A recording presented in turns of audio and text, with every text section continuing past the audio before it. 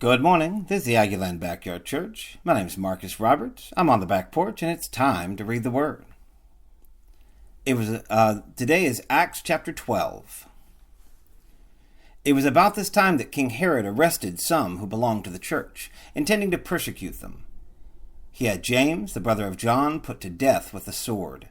When he saw that this met the approval among the Jews, he proceeded to seize Peter also. This happened during the festival of unleavened bread. After arresting him, he put him in prison, handing him over to be guarded by 4 squads of 4 soldiers each. Herod intended to bring him out for public trial after the Passover. So Peter was kept in prison, but the church was earnestly praying to God for him. The night before Herod was to bring him to trial, Peter was sleeping between 2 soldiers, bound with 2 chains, and sentries stood guard at the entrance. Suddenly an angel of the Lord appeared, and a light shone in the cell. He struck Peter on the side and woke him. "Quick, get up," he said, and the chains fell off Peter's wrists. Then the angel said to him, "Put on your clothes and sandals," and Peter did so. "Wrap your cloak around you and follow me," the angel told him. Peter followed him out of the prison, but he had no idea that what the angel was doing was really happening. He thought he was seeing a vision. They passed the 1st and 2nd guards and came to the iron gate leading to the city. It opened for them by itself, and they went through it. When they had walked the length of one street, suddenly the angel left him. Then Peter came to himself and said, "Now I know without a doubt that the Lord has sent his angel and rescued me from Herod's clutches and from everything the Jewish people were hoping would happen."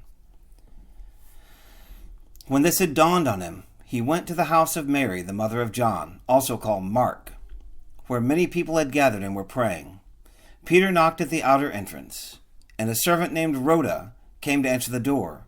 When she recognized Peter's voice, she was overjoyed. She ran back without opening it and exclaimed, "Peter's at the door."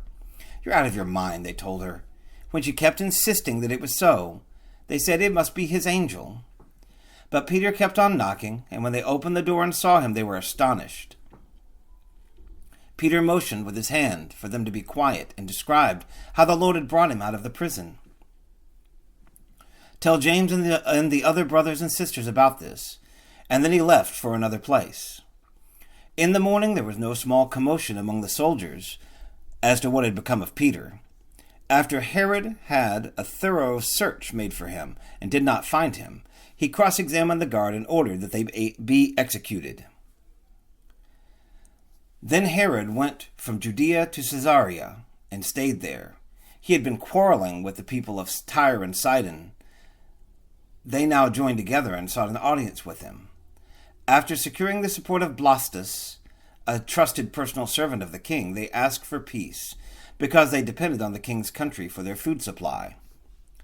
On the appointed day, Herod, wearing his royal robes, sat on his throne and delivered a public address to the people. They shouted, "This is the voice of a god, not of a man." Immediately, because Herod did not give praise to God, an angel of the Lord struck him down, and he was eaten by worms and died. But the word of God continued to spread and flourish. When Barnabas and Saul had finished their mission, they returned from Jerusalem, taking with them John, also called Mark. That's the word of the Lord for the day. Have a great day.